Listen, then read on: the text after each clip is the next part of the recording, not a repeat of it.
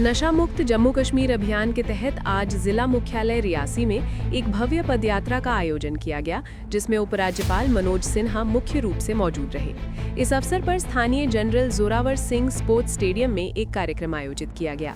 कार्यक्रम में विभिन्न स्कूलों और कॉलेजों के विद्यार्थियों ने स्किट और ड्रामा के माध्यम से नशे के दुष्प्रभावों को दर्शाते हुए लोगों को जागरूक किया। अपने संबोधन में एलजी मनोज सिन्हा ने कहा कि पड़ोसी देश पाकिस्तान द्वारा आतंकवाद के साथ साथ नशे को भी बढ़ावा दिया जा रहा है। उन्होंने आरोप लगाया कि नशे की खेप पाकिस्तान से भारत में भेजी जा रही है, जिससे देश के युवाओं को इसकी लत लगाकर राष्ट्र को कमजोर करने की साजिश रची जा रही है। उन्होंने बताया कि जम्मू कश्मीर में नशे के खिलाफ 100 दिवसीय अभियान चलाया जा रहा है और नशा तस्करों के खिलाफ कड़ी कार्रवाई जारी है, जो आगे भी जारी रहेगी।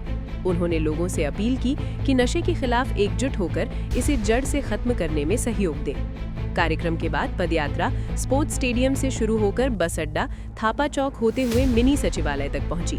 इस पदयात्रा में जिला प्रशासन, पुलिस विभाग के अधिकारी, स्कूल कॉलेज के विद्यार्थी और शिक्षक बड़ी संख्या में शामिल हुए। इसके अलावा जिला सैनिक वेलफेयर बोर्ड के पूर्व सैनिकों और विभिन्न सामाजिक संगठनों के कार्यकर्ताओं ने भी भाग लिया। बस अड्डा पर सिविल एवं सीनियर सोसाइटी के सदस्यों और मुस्लिम समुदाय के लोगों ने एलजी का फूल भेंट कर स्वागत किया। पदयात्रा के दौरान विद्यार्थियों ने हाथों में बैनर लेकर नशे से दूर रहने का संदेश दिया। कहा बॉर्डर की अगर आप बात पूछे तो मैं आपकी बॉर्डर की बात कह रहा हूँ। बॉर्डर पे इस किस्म की सख्ती हुई है कि आप अंदाज़ा नहीं लगा सकते। और मैंने अपने भाषणों में कई जगह कहा है कि वाइट कॉलर वालों को थोड़ा सा जोड़ना पड़ेगा। वाइट कॉलर वही है जो इस बात के लिए किसी को छुड़ाने के लिए फ़ोन करता है और वो फ़ोन करके और उसको छह देता है। और मैं उसकी मिसाल अगर आपको दूं तो आज वो मिसालें आ चुकी हैं। जो लोग पकड़े जा रहे हैं, कोई हिम्मत नहीं कर रहा है कि वो फ़ोन करके उनकी हिमायत करे। और मैं धन्यवाद देना चाहता हूं पुलिस डिपार्टमेंट को भी। और वो इस बात की भी पड़ताल कर रहे हैं कि अगर कोई 10 साल से मुफस्सल था तो ये पहले क्यों नहीं फंसा, अब कैसे फंस गया। और वो भी एक डायरी बन रही है, जिसमें वो डायरी का मतलब क्या हुआ। अभी गवर्नर साहब रास्ते में थे तो यहाँ पे अंदर भी बात हो रही थी। इनकी हदायत हो गई है कि हम क्रिमिनल्स की फ़ोटो तो लगाते हैं थाने में, कि ताकि जब थाने में जाएं तो पता चलता है कि क्रिमिनल कोई फ़ोटो लगी है। उन्होंने कह दिया है मतलब कि हम ड्रग प्रोड्यूसर की जो ड्रग बेचने का काम करते हैं उनकी फ़ोटो भी थाने में लगाएं। और लगाने से वो क्या असर पड़ेगा वो आप भली भांति जानते हैं। ये गवर्नर साहब ने जो कदम उठाया है, इन्होंने कश्मीर के अंदर कदम उठाया था पत्थरबाजों को ख़त्म कर दिया और इस रियासत के अंदर अमन लाया। मिलिटेंसी को दबाने में इन्होंने इतना काम किया, कोई हिसाब ही नहीं। ये अभी मुझे रास्ते में बता रहे थे कि कुछ लेडीज़ मेरे पास आई, उन्होंने कहा ऐसे ऐसे है। हमने इवान तो उन्होंने पहले से चलाया, सब ने, पुलिस वाले भी पकड़ते थे, होता था, मगर इन्होंने 100 दिन का जो संकल्प लिया है, हमें पूरी उम्मीद है कि पुलिस, यहाँ के डीसी साहब, जितनी भी एडमिनिस्ट्रेशन है और हमारा सबका फ़र्ज बनता है कि इस चीज़ को ख़त्म करना, जड़ से ख़त्म करना। ये एक पुलिस का काम नहीं, ये सब लोगों का काम है, हर एक का। मैं कहता हूँ कि मैं कल की आपको वाक़या परसों का सुनाता हूँ।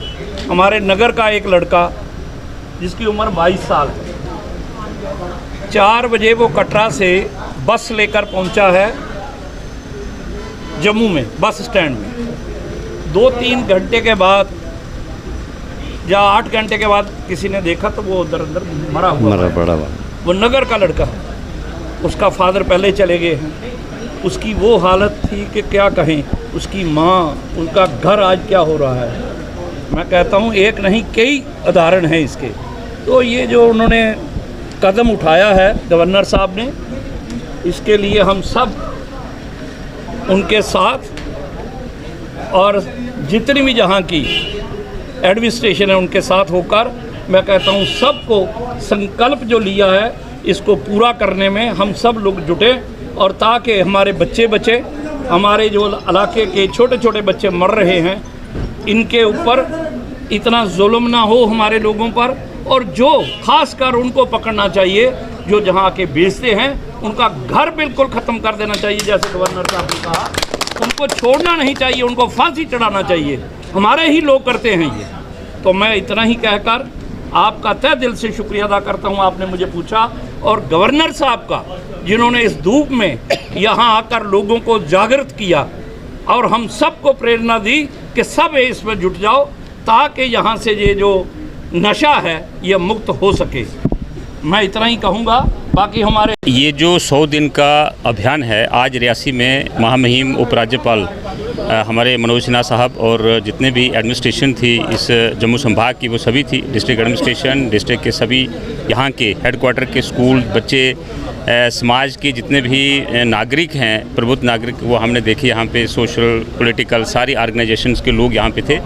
ये मुहिम जो है, जैसा बलदेव राय शर्मा जी ने कहा कि 100 दिन से काम नहीं चलने वाला है, लेकिन ये 100 दिन एक पहला पड़ाव है और उस 100 दिनों तक जो हम अचीव करेंगे उसके बाद अगले जो है वो कार्रवाई होगी। लेकिन मैं एक संदेश रियासी ज़िला की जनता को आपके माध्यम से देना चाहता हूँ कि ये एडमिनिस्ट्रेशन की तरफ से है ऐसा नहीं है, एलजी महोदय की तरफ से है ऐसा नहीं है, नरेंद्र मोदी जी ने वहाँ से नशा मुक्त अभियान पूरे देश में छेड़ा है ऐसा नहीं है। ये हमारा अपना अभियान है और हमारा जब तक हम पूरी जनता सभी लोग जिला के इसमें जुड़ेंगे नहीं तब तक ये अभियान जो है ये कामयाब होने वाला नहीं है।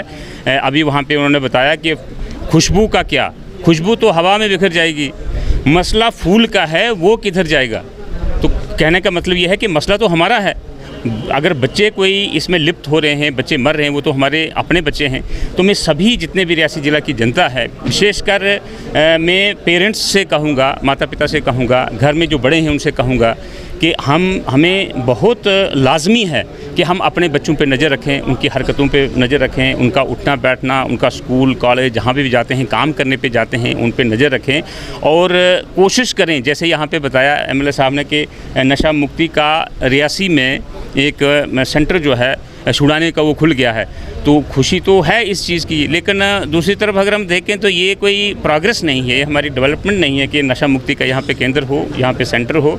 ज़रूरत ही ना पड़े, हम जनता को इतना जागरूक, इतना सजग और इतना सचेत रहने की ज़रूरत है कि ये ज़रूरत ही ना पड़े और अपने आप हमारा यहाँ पे नशा मुक्त हो जाए और ये सेंटर बंद हो जाएं। तब हम कहेंगे कि हम समाज एज ए समाज के जो हम कारकुन हैं, हम समाज के हम हिस्सा हैं, हम कामयाब हैं, हम ज़रूर इसमें कामयाब होंगे। और जैसा आपने कहा कि ये क्रॉस बॉर्डर टेररिज्म है, बिल्कुल सही बात कही आपने। ये जो एक नार्को टेररिज्म जो है ये इसमें पाकिस्तान की पड़ोसी देश की चाल है।